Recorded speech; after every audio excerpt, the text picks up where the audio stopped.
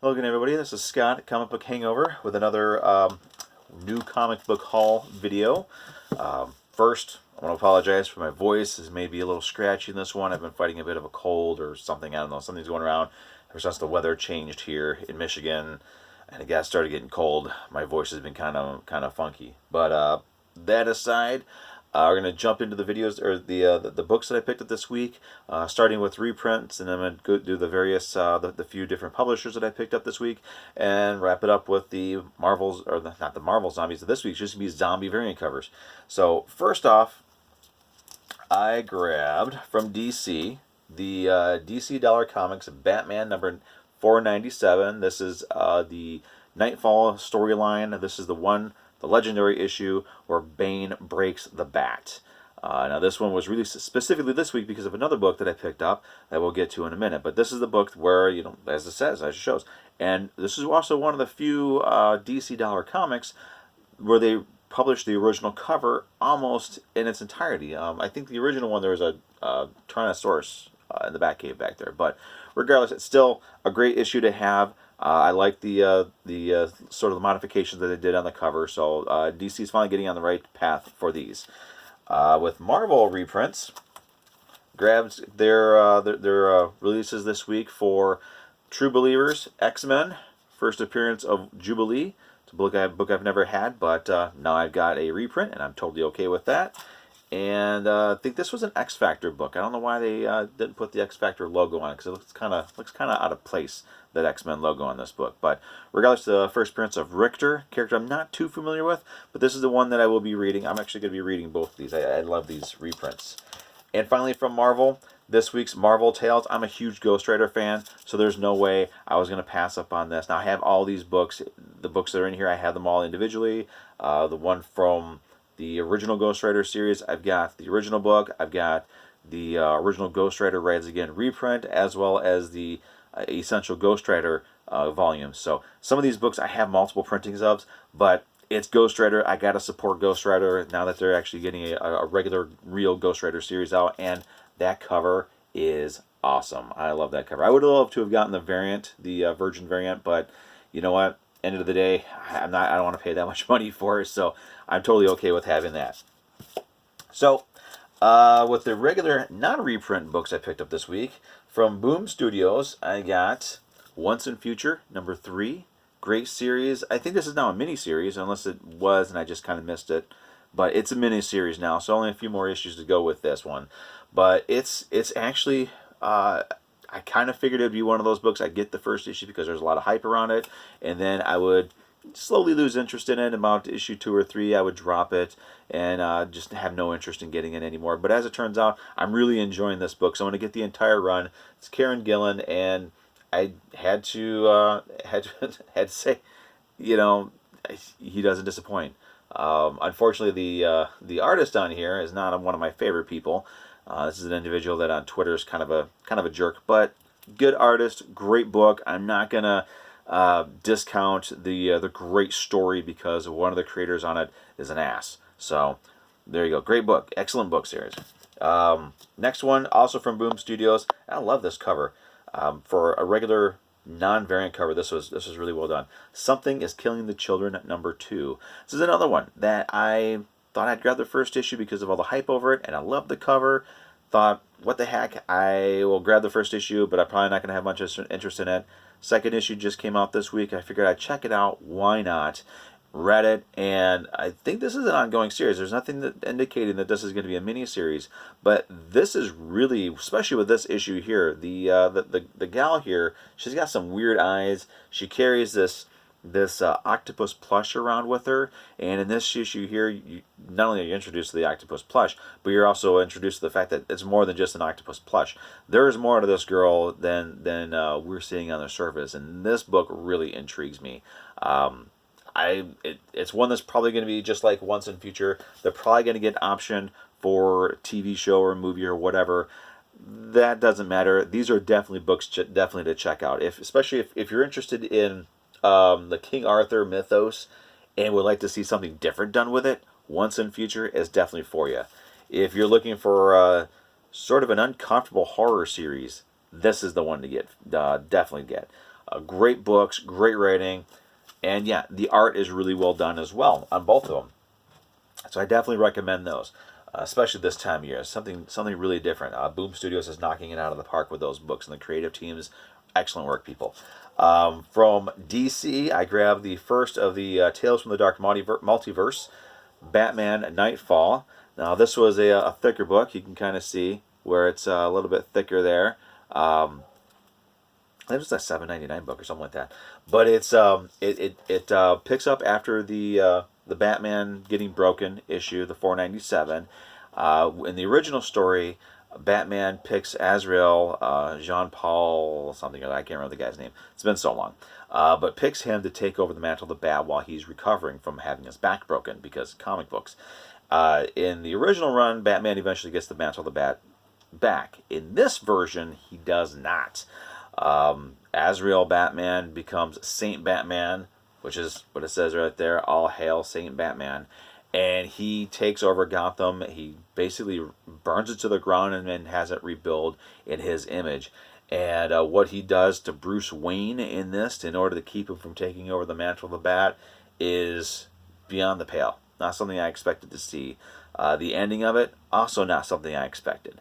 But if this is any indicator of what these books are going to be like, this whole line of Tales from the Multiverse books are going to be something to keep an eye on. They do have it set up as sort of like Marvel's What If, but instead of the Watcher, they have their own sort of version of the Watcher who kind of gives you the rundown of what this is going to be all about, and also gives you the just like with the Watcher, he says, well, this is what happened in the universe that you know, but what if this happened instead?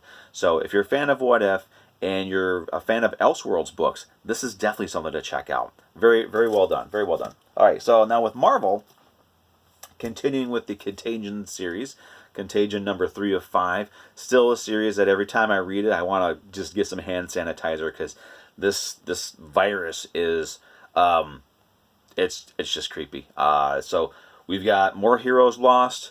We've got Iron Man making an epic mistake in this one, so it kind of makes me really solidify as the fact that this is not our universe. This is not our Iron Man, because I don't think the 616 Iron Man would be this stupid. If you read the book, you know what I mean. This is definitely a series. If you're looking for something that has the same impact as the original Marvel Zombies book, this is something to definitely check out. That's a great series. I'm really enjoying it. And finally, the last new book I picked up this week, Guardians of the Galaxy number 10, from Donny Cates, who is knocking it out of the park. A lot of people are really liking his Absolute Carnage story. Personally, I really wasn't not much interested in it. I read the first issue. I am enjoying the Lethal Protectors miniseries, but the main one, not really interested in it. But that's just me. That's personal taste. His Guardians of the Galaxy, however, is knocking it out of the park. Ever since Annihilation brought back the concept of the Guardians of the Galaxy, and they wrapped it up, and then the movie came out. The movie treated the concept as a joke, and then all the miniseries that came out afterwards, or all the ongoing series that came out afterwards, always treated these characters as just like a one-note joke. And Donny Cates finally takes Guardians of the Galaxy back to basics and shows that these are serious characters, and these are characters that we need to pay attention to. There is still the humor in there, just don't get me wrong, because you cannot have these kind of characters without some sort of humor. But the humor takes the back seat to the story. This one, you find out exactly what the Universal Church of Truth's plan is. It seems like they have moved away from using the Magus as their leader. They're now led by Star-Lord's dad, and he has a new army using the Adam Warlock cocoons, but let's just say Drax the Destroyer is involved. And not Drax that we've had since Annihilation, but Drax the Destroyer. If you're familiar with Infinity Gauntlet era Drax, you know what I mean. But we got a Kid Magus in here now, and this issue ends on one of the kind of cliffhanger that I love, where you're in the middle of action, and then the good guys show up, and you've got their ace in the hole, the Magus, Kid Magus. And I'm really looking forward to the next issue of this one. Excuse me. All right, so those are all the regular books I picked up. So to fill out my wall, and to also continue with my zombie covers through the month of October. I grabbed I'm going to be putting out Marvel Zombies versus Army of Darkness. This is the second print variant that is signed by Arthur Sadum. Now, I didn't get this one signed personally. I picked this up at a comic shop I used to go to when I lived out in Portland, Oregon years ago. She got a copy of it, and it was signed. Put it in my box. She knew I would pick it up, and I did. So that's going up on the wall. And to show that I bear no ill will against Captain Marvel, who Carol Danvers, not one of my favorite characters, but I do have some of her books, but back when she was Ms. Marvel, when she was, I think she was better as Ms. Marvel than as Captain Marvel. But they did a zombie variant. I love the little blurb up here. At last, a zombie cover. Because at the time, every comic book was getting a zombie variant. I think this was one of the last ones to get a zombie variant, and it works out really well. Plus, it has Sleepwalker on it. Yeah, little Sleepwalker action going there. Yeah. And Machine Man, too. So you got Sleepwalker, and you got Machine Man from Next Wave, another one of my favorite books. If you've never read it, definitely check it out. Sleepwalker's a lot of fun as well. And just to kind of throw it in the mix, another Arthur Sadum cover, not Marvel Zombies, but a zombie variant, The Tick. This is a Tick one-shot, really thick book too. This has got a $6 cover price on it, but this was a zombie variation of the first issue of The Tick. When he first appears in the series, he's in a padded cell in a straitjacket. I think he was hoping that this was the day that he gets electroshock therapy, and then the story starts from there. So I've got a zombie Tick cover they're going to be putting up. But those are all the books I picked up this week. Some really good stuff. Contagion and Something is Killing the Children. Some great books. So we're going to go ahead and set up the wall, and we're going to check that out. All right, there you go. There's the wall for this week. Some really great books. Contagion, Something is Killing the Children, Once and Future. Some great series. If you guys haven't checked out those Once and Future and Something is Killing the Children books, I know they've got multiple printings of the first issue and the second issue. Something is Killing the Children. This is only the second issue, so these are books that are really easy to get caught up on, and like I said, it's some top-notch storytelling, some great art. Definitely worth checking out. And goes along with what I always like to say: try something new, try something different. Even with my disliking of this Tamara Bonavilian person, I'm still willing to try a book that he or she, I don't know, that this individual is on, and I like it. Don't like the individual, but I do like the art, and I do like the story. So it's always worth it to sort of put aside some of your online prejudices. Just because somebody's a jerk on Twitter doesn't mean that that their talent needs to be disregarded. You just kind of, it's okay to let them know that, hey, I like your stuff, I just don't like your attitude, but don't punish the entire creative team because one person is a douche on Twitter. But other than that, definitely check those books out. And that Nightfall, that Tales from the Dark Universe, definitely check this one out too. This was a great read. The next one out is going to be Death of Superman. That's out next week, the week after. I'm very much looking forward to checking that one out and talking about it here. So anyway, I'm going to wrap this up. So thanks again for watching, and yeah, feel free to like and definitely subscribe to my channel. I'm always doing this. I'm going to be checking out some and sharing some of my some horror themed comics, since we are in the month of October.